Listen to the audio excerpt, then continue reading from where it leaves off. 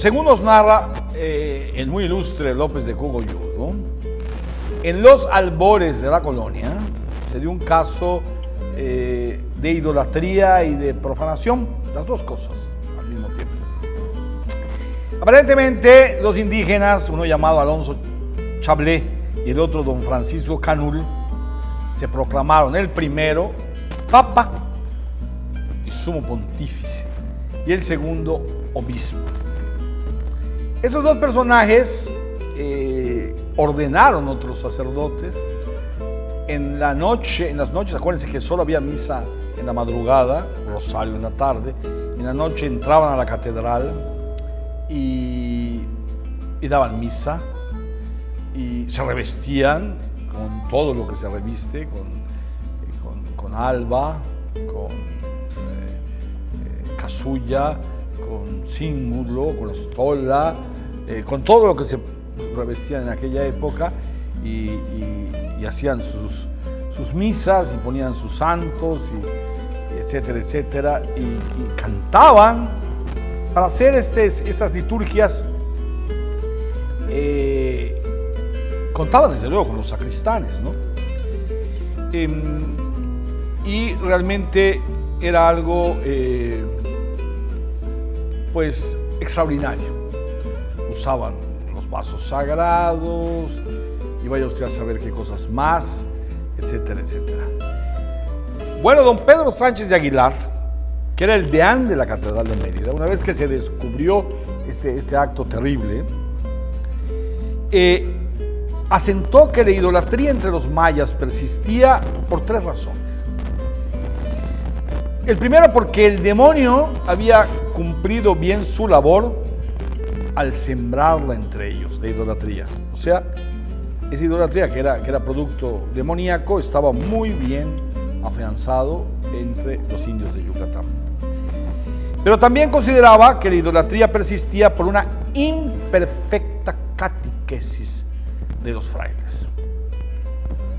Y quizá el punto más lúcido que decía Sánchez de Aguilar era que prevalecía un muy mal ejemplo entre los sacerdotes y entre los frailes para los indígenas. Pero él pasa por alto lo que quizá es la causa fundamental, de esa necesidad de reencontrar sus raíces que tenían los indígenas. Es una tragedia, vivieron una tragedia tremenda. Declararon muertos a sus dioses. Declararon que era pura idolatría, pura barbaridad, todo eso que creían. Quedaron en la más absoluta orfandad. Y no hubo un solo elemento en Yucatán, el único elemento, o los dos únicos elementos sincréticos, poco más o menos, que tenemos, esta Virgen de Izamal, ahí donde está enterrado el señor Samná, y son los tres reyes magos de Tizimín.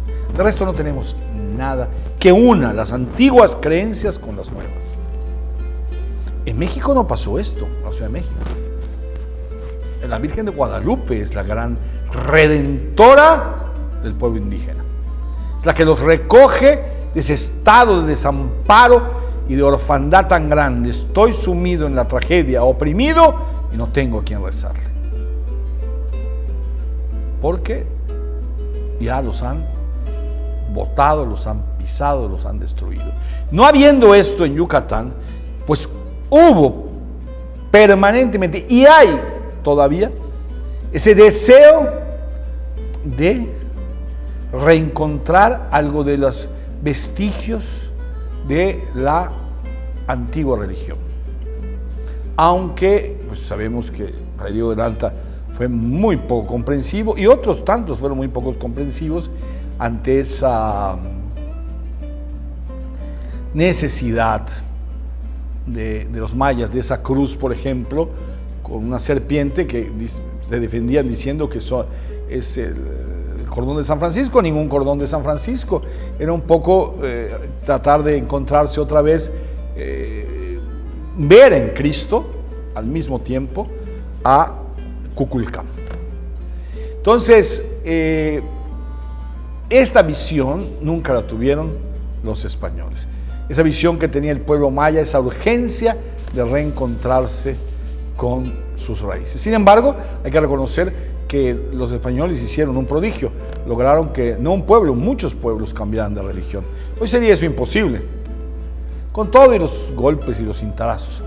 Pero sí lo lograron, y aún con estos tropiezos tan grandes en Yucatán, donde hubo un papa, un obispo, sacerdotes, donde la catedral era el lugar donde oficiaban sus misas, cantaban, hacían sus oficios, donde se comunicaban con el más allá. Bueno, a pesar de eso, no existió, un reencuentro. Lo vamos a ver luego en la guerra de castas, ¿no? Ellos hablan del Dios que está del lado de ellos, el Dios que les habla a ellos. Eso también ya lo vamos a ver, lo hemos visto antes algo y lo vamos a ver más adelante. Si este comentario le gustó, suscríbase al canal. Si no, diga lo que le parezca del próximo, a lo mejor ese le gusta.